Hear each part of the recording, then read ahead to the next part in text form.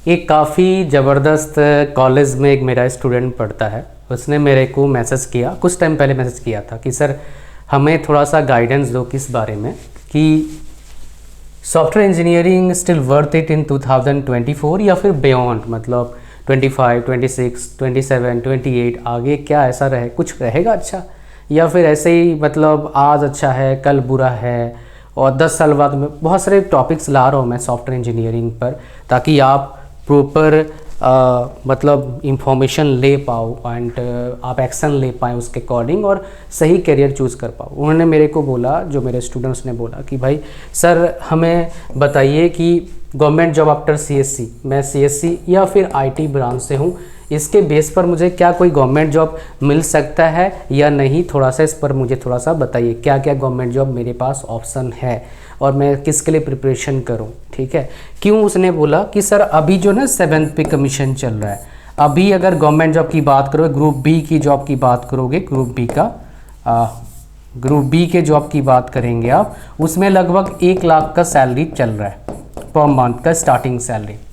और जो हमारे सॉफ्टवेयर जॉब का एवरेज यूट्यूब पर दिखाते हैं 30 लाख 40 लाख, लेकिन वो 2-4% बच्चे का होता है। उसने सही बोला, ये मेरे को पता था पहले ही। बोला सर मेजोरिटी जो 80% टू 85% बंदे जो काम करते हैं सॉफ्टवेयर फील्ड में, उनका स्टार्टिंग सैलरी यही 4-5 लाख रुपया होता है। तो इससे तो डबल सैलरी मेरा इसमें है और मेरा जो है स्टेबिलिटी है 100% बोल सकता हूँ गवर्नमेंट जॉब में। तो मैं क्यों ना, अभी मैं 2nd ईयर में हूँ, तो सर मैं क्यों ना प्रिपरेशन करूँ गवर्नमेंट जॉब का।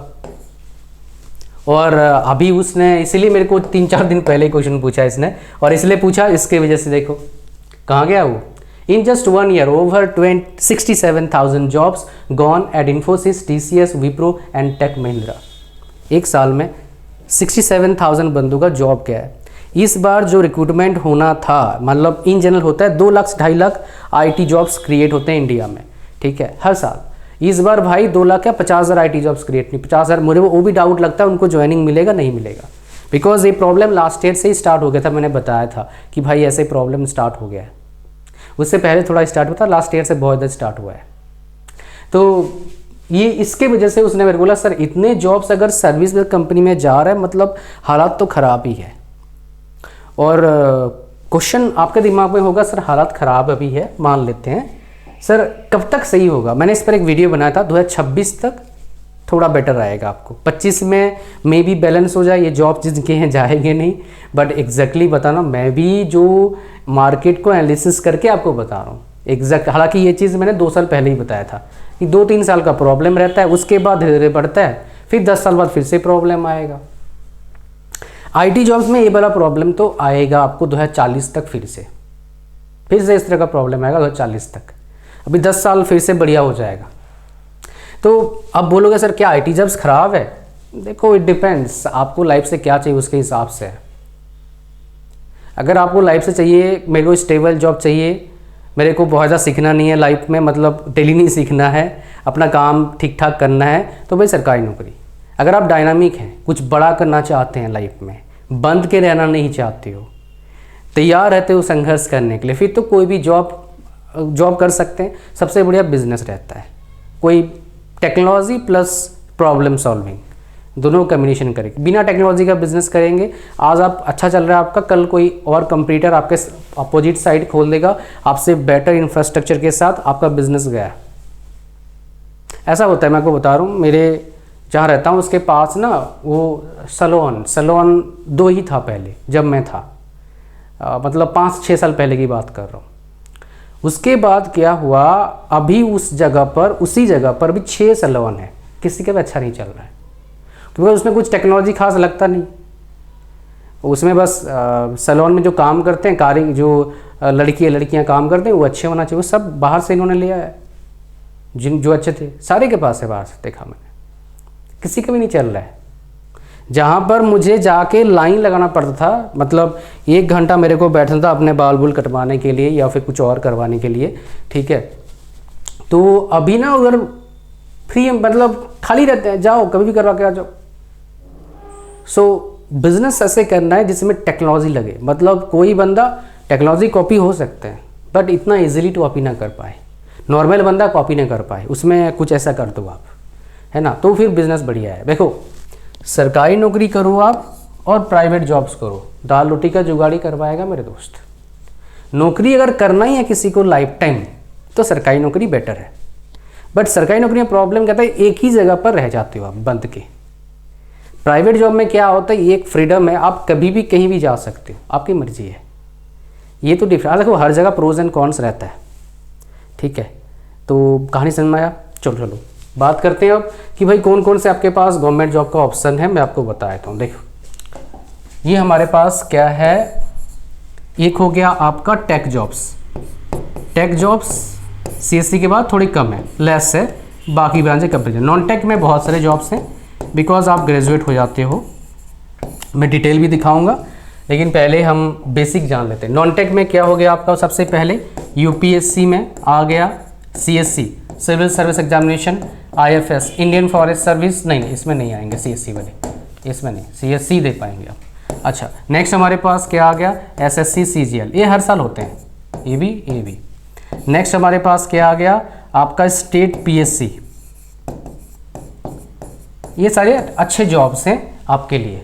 मेरी मेजोरिटी मैंने देखा जो बीटेक वाले बच्चे हैं इसको प्रेफर करते हैं, वैकेंसीज अच्छा है और निकाल भी लेते हैं टेक्निकल वाले बंदे एसएससी सीजीएल को। अब इसके अलावा बैंक में जॉब्स निकलता है, बैंक पीओ के jobs, which I don't recommend that much because मुझे पसंद नहीं है, बहुत मुश्किल होता है जॉब परस्यू करना। बिकॉज जितना लोग करते हैं, मैं उनसे बात किया काफ़ी मैनेजर से, वो किसी को भी रिकमेंड नहीं करते।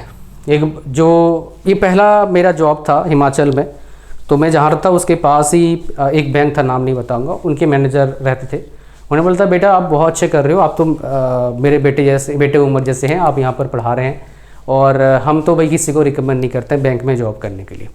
अगेन सबका पर्सनल चॉइस होता है, बट अगेन मैं भी पसंद नहीं करता हूँ इतना बैंक का नौकरी, बिकॉज बड़ा हैक्टिक स्केड्यूल होता है यार, और उसमें वही सेम काम करना पड़ता है, कोई टेक्नोलॉजी नहीं है, कोई इनोवेशन खास नहीं है क्या उसमें। चलो ठीक है, अगर पसंद है कर लीजिए, अगर आप देख लीजिए बैंक में जाके कैसे वो काम करते हैं, पसंद आ रहा है कर सकते हैं, नो प्रॉब्लम, कोई प्रॉब्लम वाली बात नहीं है। अच्छा पहला ये बैंक भी हो गया। दूसरा आपके निकलते हैं बहुत सारे ऐसे, आपका रेलवे के निकलता है, आरआरबी कि नॉन टेक जॉब निकलता है, एनटीपीसी, ये हर साल निकलता नहीं है, ये लगभग हर साल निकलता है, ये 5 साल में एक बार अब तक निकलता आ रहा है। आगे कैसे 1 साल में एक बार बोल रहे हैं, हर साल करवाएंगे, लेट्स सी, बिकॉज से कैलेंडर आ चुका है, इसीलिए ईयरली कैलेंडर आया हुआ है आरआरबी का, पहली बार जो मैं देख रहा हूँ। अच्छा टेक में देखो निकलता है आईटी जॉब्स, आईटी ऑफिसर का जॉब निकलता है बैंक में, ये अच्छा जॉब है, आईटी ऑफिसर का बैंक में निकलता है, वैकेंसीज कम है, अच्छा जॉब है। आपका इसरो में कुछ वैकेंसीज रहता है, पीएसयूज में कुछ वैकेंसीज रहता है, आरआरबी जेई में वैकेंसी है आपका, एसएससी जेई में नहीं है, ठीक है, और कुछ पीएसयूज में वैकेंसी होगा। तो बेसिकली ये आपके पास ऑप्शन है गवर्नमेंट जॉब्स के लिए। अगर मैं आपकी जगह पर होता तो टेक में मैं क्या करता, मैं एक बार ट्राई करता, गेट में दे के ट्राई करता, अच्छे रैंक आ गया तो पीएसयू में चला गया, तो पीएसयू ठीक है, सरकारी नौकरी जैसा है, सरकारी लेकिन नहीं होता है वो, प्राइवेट नौकरी है बेसिकली, बिकॉज इसमें हाँ जॉब सिक्योरिटी है, बट पीएसयू सरकारी नहीं है। अच्छा ये देखता अगर इसमें बढ़िया बन गया, नहीं तो इसके पीछे चला जाता, 2-3 साल बढ़िया एफर्ट डालता तो निकल जाता, बिकॉज ठीक है निकलना इतना बहुत डिफिकल्ट नहीं है।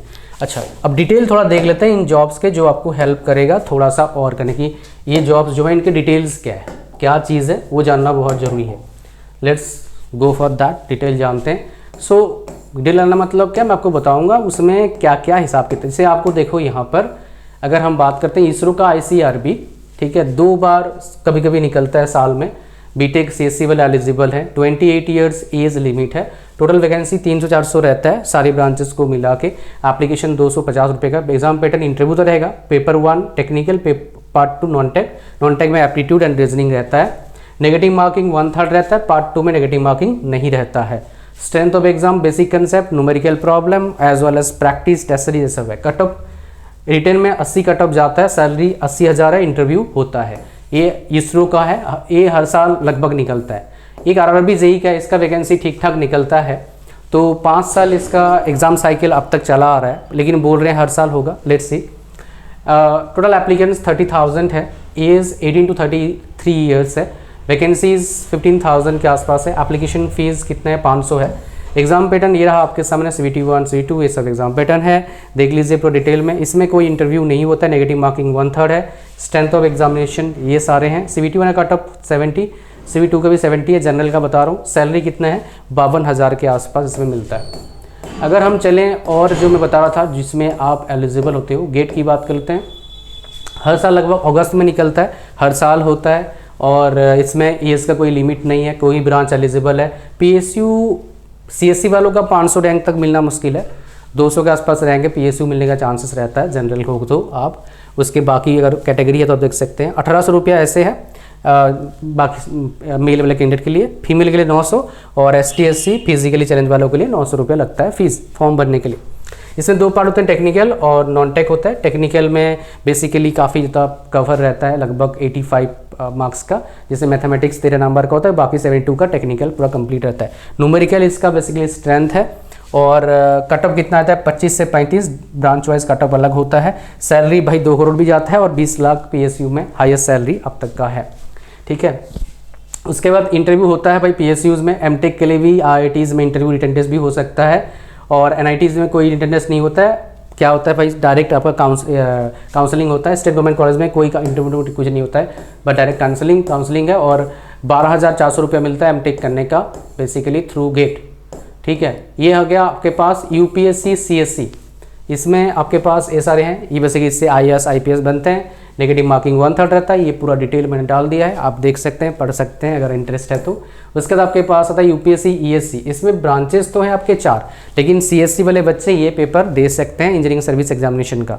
बहुत कम बच्चे क्रैक कर पाते हैं ऐसे क्रॉस जाके, बट लोग दे सकते हैं, you can write this exam, ठीक है। होपफुली आपको कहानी समझ में आ गया इस वीडियो का, बहुत सारी अच्छी इन्फॉर्मेशन ने कोशिश किया मैंने विथ सम डिटेल इन्फो। तो इतना ही था इस वीडियो में, मिलता है नेक्स्ट वीडियो में। Thank you very much.